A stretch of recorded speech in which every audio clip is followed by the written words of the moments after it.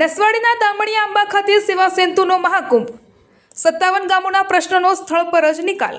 સરકારી યોજનાઓના લાભો છેવાડાના માનવી સુધી પહોંચાડવા વહીવટી તંત્ર સજ્જ। ગ્રામજનોમાં ખુશીની લહેર।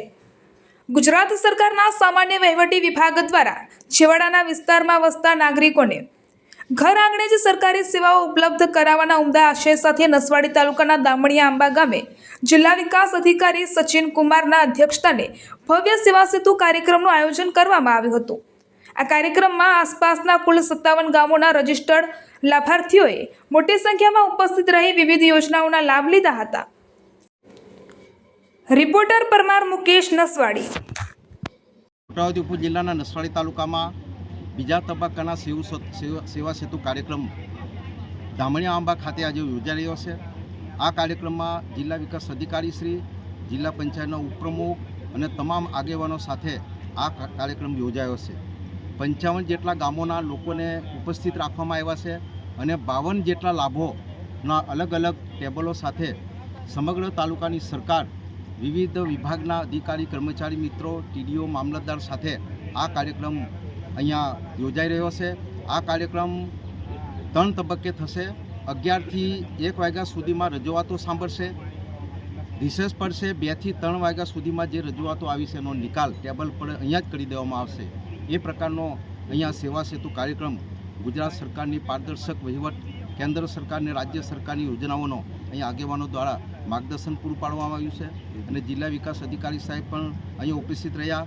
અમારી સાથે ભારતીય જનતા પાર્ટીના પ્રમુખ જયરાજસિંહ ચૌહાણ, બાંધકામ સમિતિના ચેરમેન ચેતનભાઈ મેવાસી। આજે દામણિયા આંબા મુકામે તારીખ 10/3/2026ના રોજ સેવા સેતુનો કાર્યક્રમમાં રાખ્યો હતો। એમાં ઉપસ્થિત અમારા ડીડી સાહેબ, તમામ ડિપાર્ટમેન્ટના અધિકારીઓ અને જે તે લાભાર્થીઓ ઉપસ્થિત રહ્યા। ખૂબ સારો સેવા સેતુનો કાર્યક્રમ રહ્યો।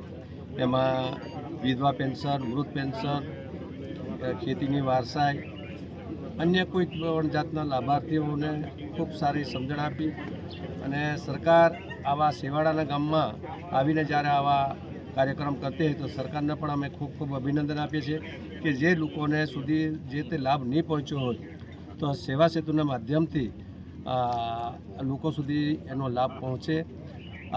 સરકારને અમે આ પહાડી વિસ્તારમાંથી અભિનંદન એ માટે આપીએ છીએ કે જ્યારે આવો કાર્યક્રમ વર્ષો પહેલો કોઈ થતો નહોતો, આ સરકાર હવે છેવાડાના માણસ સુધી આવા લાભ આપવા માટે ઠેઠ ગામડામાં આવી સેવા સેતુ કરે છે।